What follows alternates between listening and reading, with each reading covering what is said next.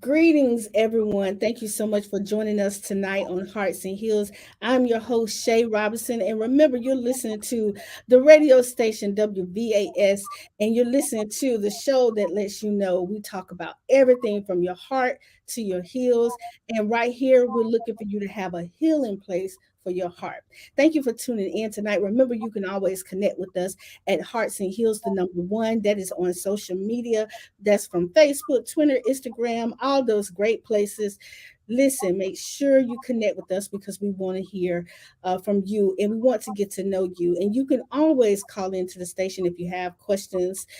Tonight is a great night. I'm super excited about the conversation that we're going to have. It's always great to discuss things, it's always great to have different conversations. And that's what this show is all about, bringing information to you so we can all be aware and make informed decisions. So tonight, nonetheless, we are doing it deep. We are diving, we are going in, we are talking about everything that needs to be talked about. Now, before we bring the guests on officially, I do want to say that we are talking about monogamy and non-monogamy, which that I did not know was a word until I started researching this conversation. And I have Miss Kitty Chambers on with us. Hi, Kitty. Hi. Thank you for joining us tonight. I'm super excited to have this conversation. For those of you who don't know, we have already talked offline, and this is all love. So if you hear a little passion in our voice, we okay with it, right, Kitty? You got it. I am down. Tell me a little bit about who you are. Sure, I would be delighted to. And thank you for having me on. So, I am Kitty Shambliss, and I am a certified relationship coach. And I specialize in helping people live their most authentic lives, free from jealousy and insecurity and guilt and shame in the open relationship and sex positivity space, so that they feel unstoppable and fall back in love with themselves. And I have a mission called Loving Without Boundaries that I started back in 2012. My goodness, so long ago now. And I also have a blog and a podcast of the same name, as well as an online community. And it's a great honor and a privilege to serve this underserved community. And thanks again for having me. Yeah, you know what? When I did review your website. It's a great website, and I did get a lot of information. You definitely shared, you opened my eyes to a lot of things that I was not aware of. So before we get into this conversation, I do want us to define for the people the difference between monogamy and non-monogamy, and what does non-monogamy contain? Like, what are all the different types of non-monogamy relationships? I'm going to mess that up all night. Just know. That's okay. So, I mean, I'm sure most of your listeners are familiar with monogamy, meaning to be in an exclusive relationship, both romantically and sexually, with one person and everything that entails. Non-monogamy simply means not that. And where I like to make more of the distinction of consensual non-monogamy, because if we just use the word non-monogamy, that would also include cheating, for example. Mhm. Whereas the people that I strive to help are looking to be ethical about it, meaning transparent and with consent and everybody's knowledge. And under that umbrella of consensual non-monogamy, you could also call that some form of an open relationship. But there's different flavors of that. So, for example, polyamory is a word that a lot of people aren't that familiar with, I find. It's getting more common in the world today, but polyamory refers to multiple loving relationships with consent, with everyone's knowledge. And it Mhm. literally means poly, meaning many, and amor, meaning love. So that's where the word came from. More love. More love, exactly. And that's like a subset of Mhm. consensual non-monogamy, whereas open relationships is more of a broader term. And Mhm. there's all different kinds of nuances across the board that I don't know how deeply you'd want me to go in there, but there's relationship anarchy, there's swinging would be a form of open relationship, and just different nuances there. Yes, and I know you mentioned polygamy. That's what we're more familiar with when someone has multiple wives. Well, it's supposed to be multiple spouses, right? But mainly it's multiple wives. Well, I mean, there is a distinction there, and some Okay. people confuse the word polyamory with polygamy. So, polyamory isn't marriage. Polyamory is Okay. just multiple loving relationships, whereas polygamy means multiple marriages, right? And then under polygamy, there's two different kinds. There's polygyny and polyandry. So, polyandry refers to a woman who has multiple husbands. And by the way, I have two partners, so that's partly me. Mm-hmm. And polygyny refers to a man who does have multiple wives. But another thing I want to highlight is that it's technically illegal to be married to multiple people in the United States. So that's also why I focus more on polyamory, meaning I'm legally married to my husband, and I have another partner who, even if I wanted to legally marry him, I can't. It's illegal. Gotcha. Thank you for sharing that, and thank you for clarifying, because we don't want anybody out there doing anything illegal saying they heard it here on Hearts and Hills. So Right. no, polygamy is illegal, and we're not. We're done with that. Mhm. Now, and we both have different views. So I know that you believe in multiple relationships, and thank you for sharing that you are in a multiple relationship. And so my beliefs come, of course, from a Christian background. We believe where in Genesis, where it talks about, God created Adam and Eve was made from the rib. And he said, you're going to cleave to this one woman and you're going to protect and love her and all these great things. Tell me what is the argument from your side, not necessarily argument, but your view when it comes to hearing that, look, marriage is supposed to be all about male, female together, and that's it, not multiple partners. Mhm. Well, one thing I want to make clear is I work with people who have the desire to color outside of the lines of heteronormative monogamy. Like that's my niche, but it's not that I'm against monogamy. So I want to Right. just clear that up. So the reason that I do the work that I do is it's more about choice. It's about deciding what works for you.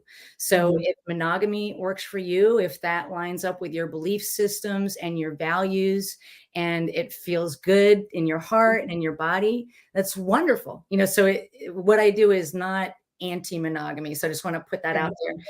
It's more about the right to choose. So you can think of it like relationship freedom and deciding what works for you. And I think what might be helpful too is to let you know that I did grow up in a religious background myself. So Mhm. I grew up in Catholicism, went to Catholic school for 12 years. And so I did my best to be monogamous.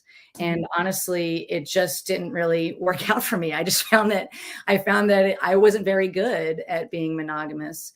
And Mhm. it wasn't until I was in my late 30s that I even learned the word polyamory. So that's partly why I do the work that I do. Is I wish somebody had come to me when I was younger and explained to me that there's different ways that we can be in relationships. And again, if monogamy works for you, that's awesome. Mhm. But for me, it just didn't really work very well. And for me, I just found that I struggled through depression at different points in my life when I was trying to sort this out. So for me, it's partly about self-determination, like deciding who you are, identifying who you are, identifying what makes you happy and what your values are, and then moving forward and doing that in an ethical way, in a consensual way, so that all parties are respected. So I just kind of wanted to put that out there. So, Kitty, let's talk about, because I was going to go a different direction, but I'm glad you brought your personal side in. You tell me how much I can ask, and I'll ask. How about that? Fine. I, I do have a question. You talked about that you lived as, depressed. You were in a depression because defining love was really hard for you because you just couldn't be faithful, or you couldn't be in a monogamous relationship. Why is that? Like, what do you think the as you have done the work, because you're sharing the work with others, what's the reasoning behind it? If you can share that with me. I don't know if I'm asking you the right question. It's okay. It's okay. I'm an open book, and I don't mind at all. So, um, I went through, you can call it a midlife crisis. And Hmm. it wasn't just about this point. It was just, we all have those moments in our lives that can be really, really hard, that bring you to your knees. And Yes. for me, it was a series of things. So it was, my father passed away from cancer. And Mhm. then my husband and I, we did try to start a family, and we found out that we were infertile, Mhm. and IVF didn't work out for us. Then my mother died. So it was just a loss of, a lot of grief and a lot Mhm. of loss. And I was also trying to, I say midlife crisis very in a real way, because I was trying to figure out, like, who am I? How am I going to move through the world if I'm not doing it in this traditional way? If I'm not a traditional mother with biological children, and what does this all mean? Who am I? Why am I here? So I kind of had like an existential crisis, so to speak. And what partly got me through it was seeking counsel. Mhm. I believe that it's important to hire the right professionals when we need them. Yes. And when I came through the other side of it, I just got really clear with myself about, like, how do I find joy again? Who am I? How can I contribute to this world? And on the other side of it was me kind of accepting myself. I was Mhm. accepting myself as somebody who wasn't a mother. I was accepting myself as somebody who defined myself as a polyamorous woman, and just really leaning into that and giving myself permission in a way to live my life in a way that felt good to me. Mhm. So I often say to people, the work that I do, it's not like you're joining a cult. It's not like we're trying to turn everybody into a polyamorous person, or all having open relationships. It's more about finding your bliss, finding out what makes you happy. And yes, doing it in a way where you're not hurting other people. How did your how did the people around you respond when you came to this place of realizing that you wanted to have this type or live this type of lifestyle? Well, at first we did a lot of research, to be honest. My husband and I, once we discovered the word, we actually did research for about 2 years and kind of went about it very slowly. And so it was more of a process. And so we didn't come out kind of like the way you might think of somebody coming out as say gay. We didn't come out as polyamorous until a couple more years went by, as we were living that life and seeing, does this really feel right to us? Is this who we are? And we were certainly very nervous about coming out because we didn't know how people were going to respond. So we had a lot of anxiety, and we would practice our elevator speech, so to speak. And what we found is, I would say roughly 80 to 85% of our friends and family were actually very, very accepting and very holding a space for us. And we were very happy about that. But yeah, there were some people who maybe didn't have the best reaction, or of course also just didn't even know what that was. So we had to, do some education and Education. some emotional labor there, so to speak. But overall, it was a pretty lovely experience. But I'm not going to lie. I mean, there are definitely some people who are no longer in our lives for Mhm. various reasons. And, some of it, I'm sure, has to do with the fact that we do live a maybe an unusual to a lot of people lifestyle.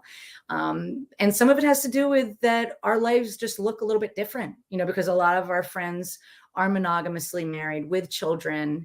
And I partly view polyamory, in my case, as a different way to build families, if that makes sense. So Mhm. we're kind of building family in a way that works for us. And I see that a lot when I talk to people, is building a modern family in a way that works for you. Hopefully that answered your question. Yeah, so it sounds like that, the family that this is kind of that replacing of what you've lost.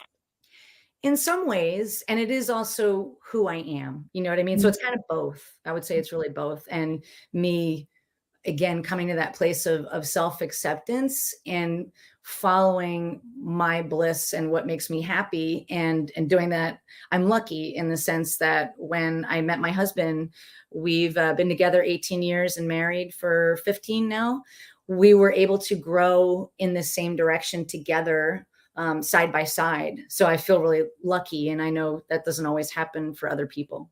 Yeah. Yes. Now, listen, if you're tuning in, you're just coming in, you're listening to Hearts and Hills on WVAS with Shay Robinson. I have a special guest, Kitty Chambers, on, and we are talking about monogamy versus non-monogamy relationships. Those words are hard to say. Say that 5 times in a row and let me know how you come out. But thank you, Kitty, for joining us. She's been sharing her story, and we've been talking about her transition into polyamory. And I do want to talk about, what when you are choosing. So when you talk about polyamorous and you've made the decision, and you have your husband and you have someone else that's in your life, how is it that you're missing a piece from your husband? Because when I think about this, I'm thinking like, the oneness that I believe in as a monogamous relationships, that we should be fulfilling, and we should be able to complement each other, and that completeness comes together. But what I'm hearing, when you have multiple partners, I'm wondering, how does that work? Like, how are you deciding? Are you saying I'm missing this point, or I need more of this? So you're really seeking out a partner for this? Is it just an attraction? What makes that decision for you? Hmm. That's a great question. I'm glad you asked. So there's lots of different ways to answer, but I would say in all of our lives, we're not typically going to one person to meet every single one of our needs, right? Like, even in a monogamous relationship, we have friends, we have our family, so there's a support system around. It's just within the confines of the agreements of a monogamous relationship.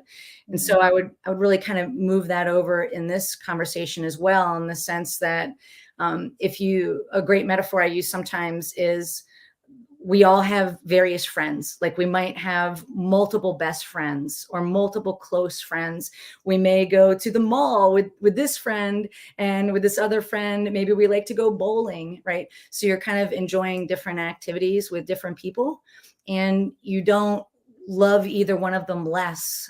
You love them both. And we can use the same metaphor with children. Like, when we Mhm. have multiple children, it's not that when we have the second child, we're taking love away, from that child to give it to the other. We love them. We love them all. We have expansive love, and love can really grow in that space. So that's what I think can be a really great metaphor, is that love is expansive. Love is beautiful. Kitty, I hear you, but when you talk about sexual, when you add that sexual part, it just adds something different for me. I'm just only speaking for me, and maybe some people that's thinking like me. But and I do agree, we do have multiple people in our lives that add that support system. But when one of those multiple people, it starts to have a sexual relationship, that introduces something else, right? Well, it does. And I guess another way I'd like to answer the question is also in terms of our needs. So we all have different universal human needs, for example. Mhm. So some of those, if you follow Tony Robbins, are love and connection, variety, certainty and safety, significance, right? And then growth and contribution. And so, again, to me, it's not about, like, again, if monogamy feels good to you, that's wonderful. For me personally, some of my biggest needs are love and connection, right, which goes very nicely with polyamory, but also variety. Variety for me is really fun, and it's a high value of mine. And I think it factors into why I had trouble being monogamous when I was a young person, and I didn't realize there was kind of an ethical way to go about this. I also tend to get bored easily. So this is partly what I mean about self-acceptance. And I guess also for me with sexuality, I have a belief that sex is beautiful and that sex is fun and pleasure is good for you. And in my worldview, that other people don't have to subscribe to, I think that our bodies are meant to be enjoyed. And as long as we're doing that safely and with consent and in a way that works for us, where we're not hurting anyone, I have a belief that's that can be okay. That's something that we can choose, and that's just something that I have chosen for myself in my life. And so I just like to create a conversation. So I appreciate this Mhm. conversation, as well as a community for people who are maybe struggling with that and maybe have a ton of guilt and shame around that. I also talk to a lot of people that feel guilty Mhm. for even identifying towards polyamory. And again, with polyamory, the emphasis is more on loving relationships. So that can even mean you have deep emotional relationships that maybe aren't sexual at all. You Mhm. still consider those people part Interesting. part of your intimate network from Mhm. like more of an emotional, intimate place. Now, for you personally, so let's, if you don't mind, let's explore your relationship. So you have multiple partners. Does your husband have multiple partners? He does. He does. Yes. Yes. So my husband has two girlfriends. He has one girlfriend who lives not too far from us, and she is married, and their daughter is our goddaughter, which is another way to kind of expand the family, so to speak. He also has another friend that we're actually going to see later this evening, who lives out of state, that he's known. They were like college sweethearts, and so he only sees her like a couple times a year. But yes, so he has other partners as well, and she is Wow. also married. Mhm. So how do you deal with jealousy? Like how it has to, like at some moment there has to be some jealousy, right? I would say that yes. The short answer is yes. Jealousy happens. It's a feeling, right? And but it can be on a spectrum. So my Mhm. husband, for example, he jokes around that he doesn't feel like he was born with the jealousy gene. Mhm. He doesn't feel jealousy that much, but I'm more of like your average person, right? So I have felt jealousy from time to time. But I guess one way I like to think about it is that it's just a feeling, just like the way we all feel anger, right? Or sadness. So it's just another feeling that we may feel from time to time, and not just in this context. I mean, I've had jealousy show up in my friendships, or when, say, I got promoted and somebody else didn't get that job. So I mean, we all deal with jealousy, and that's partly why I do the work that I do, is to normalize the conversation Mhm. and help people realize that it's not something to run away from or to be scared of. We can learn to manage that emotion of jealousy just like we can learn to manage any other emotions, and also be better people for it by building our emotional intelligence muscle. So it is something that can be navigated through, and it's Mhm. totally possible. So when we talk about intimacy and love, when and I truly believe that when someone steps out of a marriage, that trust, that intimacy, it really leaves, right? It's for me, that's my belief that, stepping outside of marriage, that intimacy leave. Can you truly live that in that intimate place with multiple people? That's also a great question. And I guess one thing I want to define is for you and I too, and your listeners, stepping out of marriage. So to me, when I hear stepping out of marriage, I kind of hear if somebody's cheating. So yeah, let me clarify the question. Sure. I'm telling you my perspective in monogamy and why I couldn't see myself in a non-monogamy in relationship. So we are not we are both in agreement that stepping outside of marriage and cheating is not what Mhm. we're talking about. So when I'm asking you that, I'm just simply asking from your relationship, that intimacy that you have, because again, to me, intimacy, I just can't foresee myself being with anybody else besides my husband. I really can't see him being with anybody else. Mhm. He'll tell you, I beat him up, kitty. I beat him up. Just kidding, guys. Just kidding.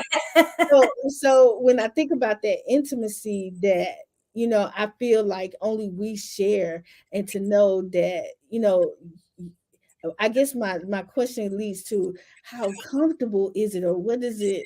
How can you have that intimacy with multiple people and then still feel that same level of intimacy from your husband? If Mhm. that makes Yeah, no, sense. that makes, yeah, I appreciate you just kind of helping clarify it for me. So, and again, I just want to say again that, if you and your husband really enjoy your relationship and it feels wonderful just the way Right. it is, that's awesome, and I fully support that. And for me, I actually, I think I said earlier, I've been with my husband. It'll be 19 years this summer. He's my best friend. He's my rock. He is my cheerleader. He's my champion. And honestly, I've always felt very close to him.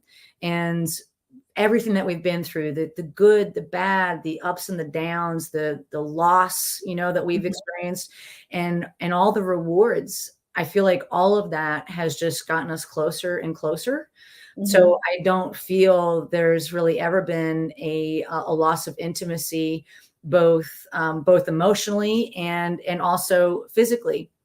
I will say that I don't want to get us too off track, but going through infertility did affect our sex life when we went through that period of our life, which is pretty normal, for people that go through that. But that's also where having multiple relationships can really be a blessing in terms of having other people in your lives, other resources in your life. And with my other partner, we have a very close relationship as well. And that he's a man as well. And my husband and him, they are both heterosexual. So they are not in a physical relationship, but they are really good friends. So when we talk about intimacy, the way our household works, I mean, we have dinner together, we watch movies together, we hold hands. I just might be in the middle, holding both of their hands. So there's also, like, it's just a different lens to kind of look at intimacy in terms of how we kind of coalesce together, or we enjoy that companionship and that closeness, that may just be in a way that the average person just isn't that familiar with, which is why I Mm-hmm. really honor you bringing me on the show. Yeah, I mean, I'm sitting here like, whoa. I'm trying to, because I don't think, as we don't normally go outside of our beliefs. We don't normally have these conversations, and I really think so. Just in this conversation, I found out just a lot about you, and I can see how you've connected to that place, if that makes sense. Mhm. So I think these are conversations that are important. Again, if you're just tuning in, I'm talking to Kitty Chambers, and we're talking about polyamorous relationships. Well, actually, monogamy versus non-monogamy monogamy relationships, and we're talking about it from all perspectives. Now, I do want to quote. There is on your website, there is a quote that you have. It says that monogamy is often not a conscious choice for people, but it is more of a default for how to be in relationships. Please explain that. Sure. Yeah. What I partly mean by that is we are all brought up in a world where from a very young age, we're taught about monogamy, and we're kind of given that script, that playbook of how to be in relationships. We see it in movies, we see it on TV, on magazine covers, and we're taught it in our schools and our systems that we grow up in. And that's fine. But it also can be a challenge if that's not really how you see yourself maneuvering through the world, or if it doesn't really work out for you. So what I mean by that is that we're kind of not really given any choices typically when we're younger. And I think in today's world, there is more of an awareness and an acceptance, or a growing awareness and acceptance, that there can be more than one way to be in a healthy relationship. But for a lot of us, we're not really given that option or taught that option, and we're kind of maybe putting ourselves into a box that may or may not fit. So that's partly what I mean by that.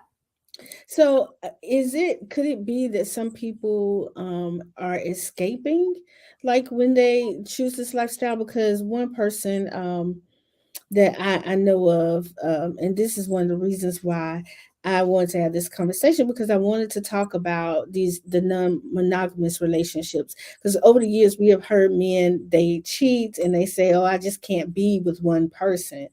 Is that really a true assessment in life, that someone can't be with one person? I mean, I think it varies, right? I mean, we all, I would say, know people in our lives where they've been married for 50 years and it's beautiful and wonderful.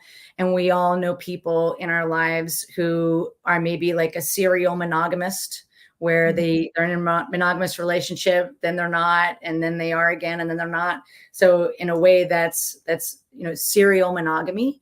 mhm, And we all know people that are cheating or have cheated and mhm, that have gotten divorced. So there's clearly lots of different ways that that these different constructs, whether it's monogamy or anything else, are working for some people, but not really working for other people. And I have some statistics here that I think might be interesting along this conversation. One is, and this even resonates with me when I was realizing that I couldn't have my own children. We kind of have this picture in our mind that the perfect family, has a man and a woman and 2.5 kids and the picket fence. mhm. But according to the US Census data, only about 20% of families in the US fit that nuclear family ideal, which honestly shocked me. And in some ways gave me a little bit of comfort that, my family didn't look like other people's families. And the estimates of marriage ending in divorce is roughly 40 to 50% within the United States. And about 30 to 40% of relationships experience at least one incident of sexual infidelity. So, so people are doing their best in a lot of ways to be in a healthy monogamous relationship, but clearly it's not working all the time for a lot of people. And what's also interesting is about 1 out of 5 people have engaged in some form of consensual non monogamy at one point during their life. So that's about 20% of people. And that's as common as owning a cat, which I think is an interesting statistic.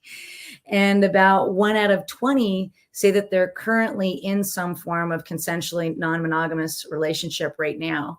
So, and also about 1 out of 8 say that some form of consensual non monogamy is their ideal relationship. So definitely, the majority of people are practicing some form of monogamy, but partly the mission that I'm on is just helping people who want to possibly choose a different path know that there are different choices. But let's face it, people like myself are a minority. So it was kind of like a roundabout way of answering your question. I hope I did, but I also hope Oh, those statistics are interesting for your listeners. yeah, I'm so glad you brought up those statistics, and I did read those because I wanted to talk about this. So let's talk about this in a marriage sense, because again, there are different types of polyamorous relationships. You don't necessarily have to be married to have these type of relationships. But so we're going to talk about polyamory when people are married. Let's preface these questions that I'm about to ask, so the audience can follow with us. So you talked about those numbers of divorce rates, and I do believe they are alarmingly shocking. So I can agree with you on a couple of things. I think the ideal family of the 2.5 kids and the husband wife, I think those have changed because of various reasons. We have a lot of movements that's happened. We have a lot of women who feel they can be independent. We have a lot of varying situations that I think feed into those numbers. But when you talk about the divorce rates, I do agree that it's alarming, and I do agree that the cheating and all these things, the extramarital affairs that are happening, those kind of things really impact the marriage. But so my question would be, just because it doesn't work in that specific situation, do we have to necessarily go to, well, let's try this other type of lifestyle? And I'm not saying that's what you're pushing, because you've clearly stated you're helping people who want to. But for those who are saying, well, my marriage didn't work, so I think I'm going to try this lifestyle, that doesn't necessarily mean that you go to that place, right? I would say I see where you're going. And yeah, I Yeah. mean, to me, and you even saw with my own story, like we didn't take that lightly, like we actually did several years of research and a lot of self-reflection and deep inner work. And some of it was painful, let's just call it what it is. Mhm. So I, even in the work that I do, I don't recommend just making a snap decision and just be like, oh, let's just try this new thing, right? Right. Without doing the work and without doing the research, and sometimes possibly hiring, right, a professional, whether that's a counselor or a coach. But I guess partly where I'm coming from is to give yourself permission to look at the different options and be introspective and be curious about what your own value system is, and coming from that place of self-awareness and self-discovery to find out what may work for you. And it can be hard to kind of quiet some of the noise of society or decades of training of hearing, monogamy, right? Mhm. But it's possible to take a look at that with fresh eyes and then make more of an informed decision about how to move forward. Yes, Kitty, I have to disagree. I think it's an opportunity for you to search like yourself. I think so many times some people get into different things. So I like that you said a couple things, that before you went into a polyamorous relationship, you did some self work. Mhm. I don't know if people really do self work. So for me, and I guess I'm looking at this from a place of, this just can't be, okay, this is where I'm going to land. This didn't work, so I'm going to land here. Like, okay, I'm going to try this new lifestyle, because I feel like a lot of people, that's what they do. They just try new things because this didn't necessarily work, or this person cheated on me and I'm hurt and I'm broken. So now you're taking all that hurt and that brokenness and you're turning it into, let me get into these multiple relationships because they're feeling different needs. Because you're right. Each one of us, we all have a set of needs that fill up our space, our bodies, right? And Mhm. so when we're in these relationships, whether we acknowledge it or not, these needs are met by different people at different times. So I get that. But I think it's hard for me to come to the side of, okay, let's explore these relationships, because I think it gives people that cop out of not doing the work of really healing themselves from some of the things that's caused them to be in these broken relationships, that's caused them to not necessarily feel whole and complete. And they're searching for it on the outside instead of searching from the inside. I get you. Actually, we are in complete agreement, to be honest, because I couldn't agree with you more. And that's literally exactly why I do the work that I do. It's why I have such passion and love for the community that I serve, is to help people do exactly that. There oftentimes there is a need to heal, there is a need to grow, there is a need to find new ways to be in a healthy relationship. And sometimes that requires letting go of either habits or maybe even beliefs that are no longer serving you, and then replacing that with better habits and better beliefs. And it can be a very introspective, and it can be a very hard journey. And that's also where I can come in to help. So I actually couldn't agree with you more. And what I would add to that is that we all have our various needs, and there can be destructive ways that we're getting those needs met, and there can be constructive ways. So for example, in this conversation, if somebody has a need for loving connection and variety, a destructive way to possibly get that met would be cheating, right? Right. you Right. know but a, but a more constructive way might be doing the inner work, to your point, doing Because the healing. even if they get if someone gets into a polyamorous relationship, that cheating can still happen if you're not True. healed, correct? So Yeah. cheating is a thing in polyamorous relationship, correct? Yeah, and I'm glad you brought that up. And one myth that is that polyamory and consensual non-monogamy is just a license to cheat, right? Mhm. But what's fascinating is the cheating is really about breaking agreements. So in monogamy, the agreements are pretty straightforward, right? It's to be exclusive both emotionally, romantically, and with our sexuality. In multiple relationships, such as polyamory or consensual non-monogamy, there's simply different agreements. So, and they may even be different in different relationships, right? So cheating is still breaking whatever those agreements happen to be. So yeah, so it can still happen. Mhm. So that's just like a whole nother layer of rules. In a way, yeah. And that's one thing I saw in your questions. Like there is a difference in the way that I work with people. Like Mhm. there's a difference between rules versus boundaries versus agreements, which can be really powerful to understand. So the way I talk about it, rules are when we are trying to control someone else's behavior. So it kind of is about the other person, the way I discuss rules.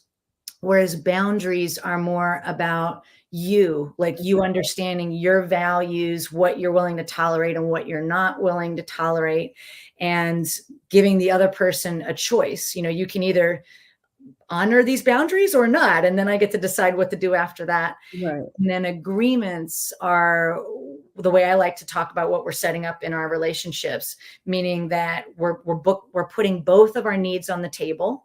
We're looking at both of our needs, and then we're doing our best to balance both of our needs and joyfully and willingly both agree to that with consent and Mm. and with a way that it feels as balanced as possible, knowing that it may need to be relooked at or evolve or change over time. So I like to make that distinction because I think it's important. Yeah. Well, thank you for sharing that. I can agree with you on those things. Boundaries. I am an advocate of boundaries. We have to set boundaries in our lives. Again, if you're just tuning in, we have the lovely Miss Kitty Chambers. She is sharing about monogamy versus non-monogamy, consensual non-monogamy relationships. We are having a conversation here on Hearts and Heels on WVAS. So I want to continue this conversation. So I got a few little fun questions that I got to ask because it's just things I want to know, right? Go for Okay. So how many people is too many people in a polyamorous relationship? it. Also a great question. You're just full of great I questions, Shay. don't know. Inspiring minds want to know. You're just a laugh. I love it. So it's a complicated answer, which starts with it depends, because a lot of being in a consensually non-monogamous relationship is doing that self-awareness work and honoring yourself, so honoring wherever you're at. So there's a word that I think can be really helpful called polysaturated.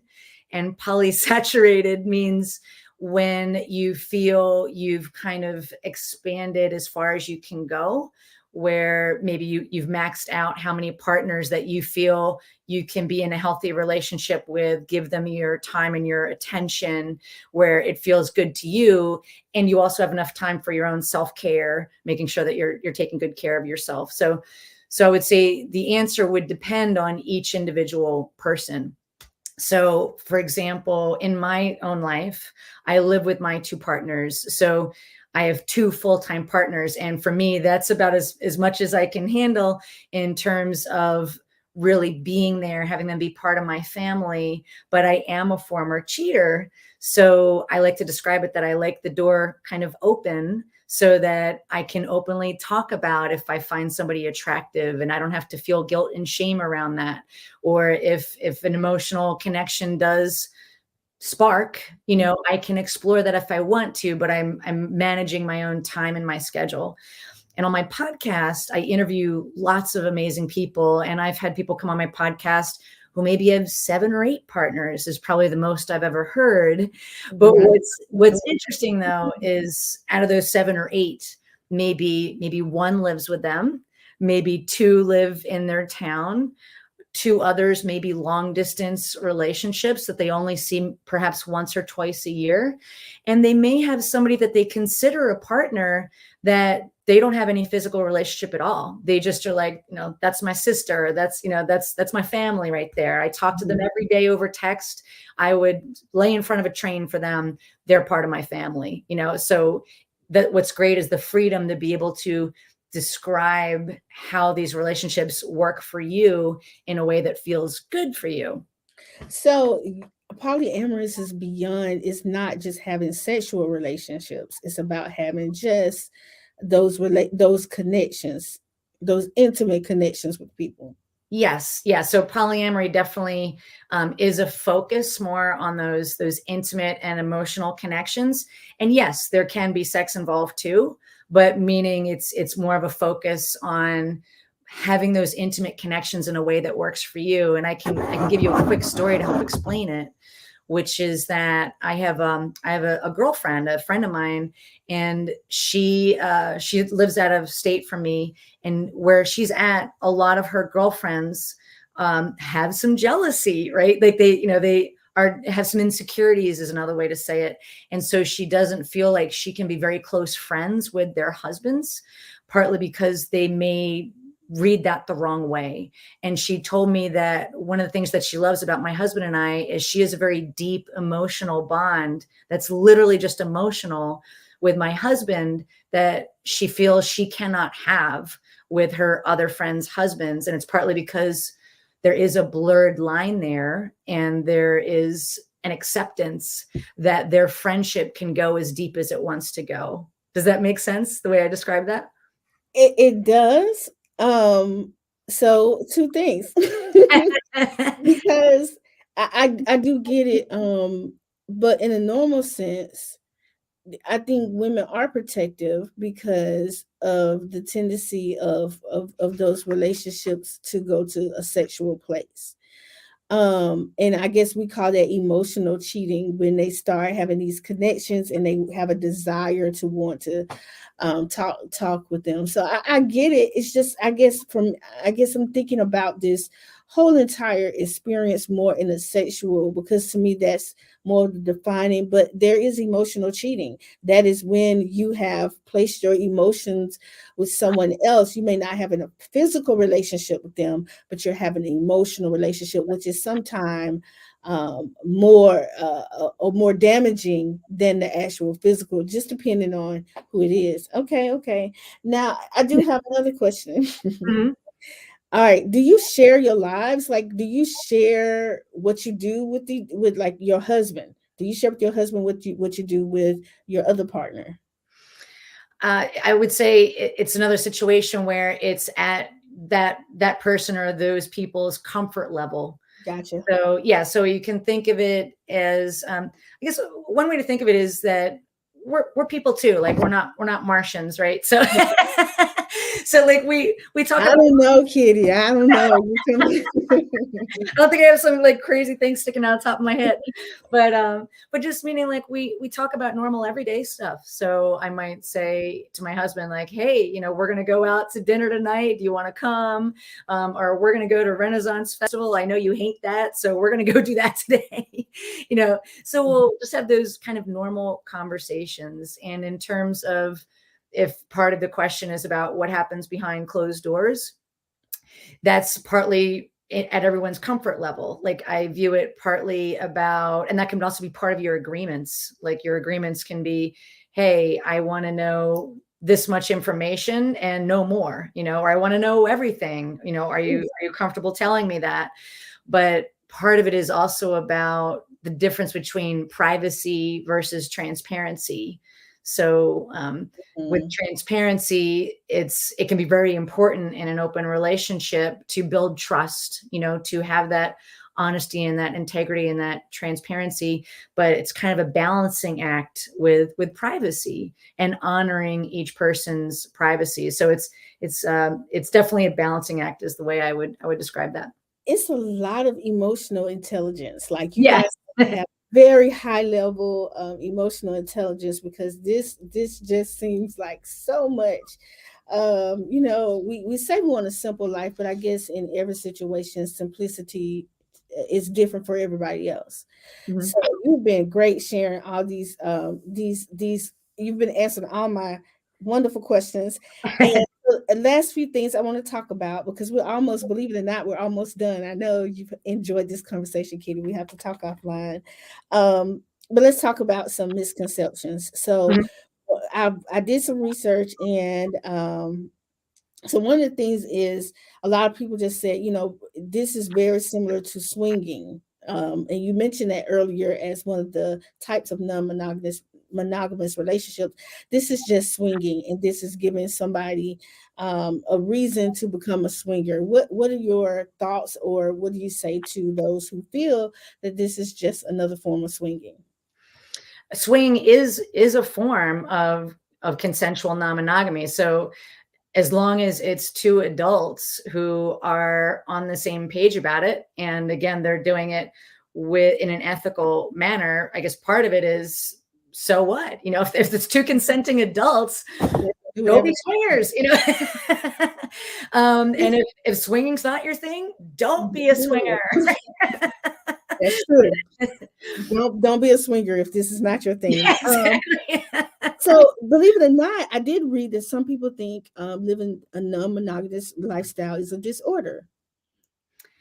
And yeah, I would say that that's what a metaphor I would like to say is that there's been periods that we've all lived through where people thought that being gay was a disorder, and we've heard about praying the gay away, and things of that nature. And again, everyone gets to choose their beliefs. When just using that as a metaphor, if you go with me there for a moment, I grew up as a Catholic. So I was taught, for example, that it was a sin to be gay. And I don't describe myself as Catholic anymore, because as an adult, I decided that that just did not really jive with my belief system or my values. So to bring that over to multiple relationships, my part of my value system is that it's okay to choose how you want to be in relationships. And so I don't know if you believe that being gay is a disorder, but I don't believe that it is a disorder. I believe it's a choice, and that we're born in the bodies that we're born in, and then we've kind of got to deal with it, right? I do.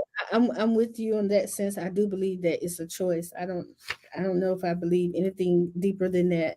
Let me ask you, do you believe in God? I believe more in I'm a little bit more agnostic at this point in my life. And I believe more in being spiritual, and that there is a beautiful divine life force around us, Hmm. and that love is all around us. I believe it more in that sense, than in the kind of the traditional way that I was taught when I was growing up. And I lean a little bit more towards Buddhism and the tenets of Buddhism, partly because it aligns with my belief system that pain is inevitable, but suffering is optional, and there's ways to navigate through this world where we can minimize the amount of suffering, but also lean into acceptance of that life is impermanent. So those are kind of the beliefs that I choose. Again, it's not about putting But that down anybody else's throat. no, no, but isn't that the same thing that the Bible teaches?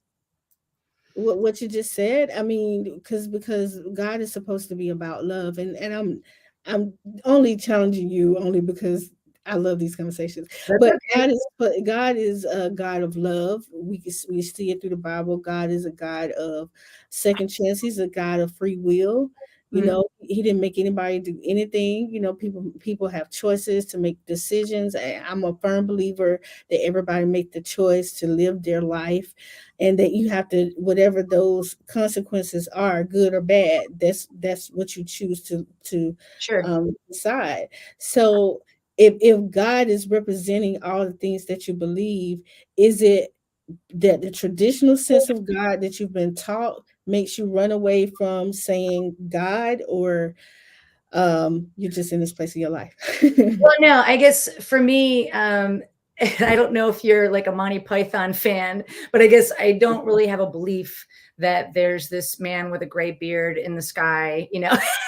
Do you know, like those are some of the things that I was taught when I was a little girl. Gotcha. That's what I mean. Like there's like that entity who's watching us, you know, that kind of an idea. But Gotcha. there is an overlap in what I'm describing and what you're describing. Mhm. It's all about choice, right? So you choose to read the Bible and follow the Bible, and I choose to maybe read Sid Arthur, which is a little bit more about Buddhism. Mhm. or Mhm. the Four Agreements. You know, those are the books that I Right. like to read. But there's still a lot of overlap there. Yeah. Yeah, it is. And again, it is. Even being a Christian, I'm a Christian. Been different types, different forms of the Christian faith, but for me, it is about the spirituality of God because He Mhm. did say that, I'm going to leave you a comforter. So there is a spiritual thing, a spiritual being that I'm in tune with. Now, we are coming to the end of this conversation, and before we go, I want to give you an opportunity to share something, and then I'm going to share some things from a biblical perspective on relationships. But please describe what is a healthy relationship. I love this question. And there's a beautiful quote that I don't want to steal from an author named Susan Forward that I think kind of sums it up. And Susan shared a healthy and a great relationship is based on mutual respect and a relatively equal balance of power. It involves sensitivity to each other's needs, as well as an appreciation of the things that make each person special. And I love that definition because it covers all of it. You know, it covers a healthy monogamous relationship. It covers a relationship that doesn't look like that. And I feel like it hits on all the right points. It does. Thank you so much, Kitty, for joining us. That was a great quote. You have to send that to me because it's wonderful and beautiful. Love is can be so many things. I do prescribe to the love that of Jesus and Christianity, and so I do want to answer this question because someone asked me this when I told them I was going to have this conversation. In the Bible, there were a lot of men who had multiple wives. So why is this not a practice of today? That is very true. There are a lot of men in the Bible that have multiple relationships, but there are plenty of scriptures that talk about why multiple relationships should not be a thing then, because it brought in paganism, which was against God. So there are a lot of scriptures out there, from Matthew 19 to Ephesians 5, Exodus 20, 1 Timothy 3. So it's a lot of things as to why. And if you, the wise old King Solomon, if you read the Bible, then you'll know he had plenty of wives. And he had a hard time holding it together. And because of all the wives, they took him away from God. So I say that to say, if you go back to just even the beginning, um, God did make one woman for Adam, and that is the premise of the Christian belief, that there is a husband and a wife, because even when Jesus said, when the Bible tells us in the latter part of the New Testament that men should love their wives, as Christ loved the church. Like, men should love. It says, men love your wife as Christ loved the church. So he talks about it in a oneness of sense. So we're going to end this conversation tonight that whatever relationships that you are having, and I'm not, telling y'all to go have polyamorous relationships out there, but whatever relationships that you're having, make sure they're healthy and healing and loving relationships.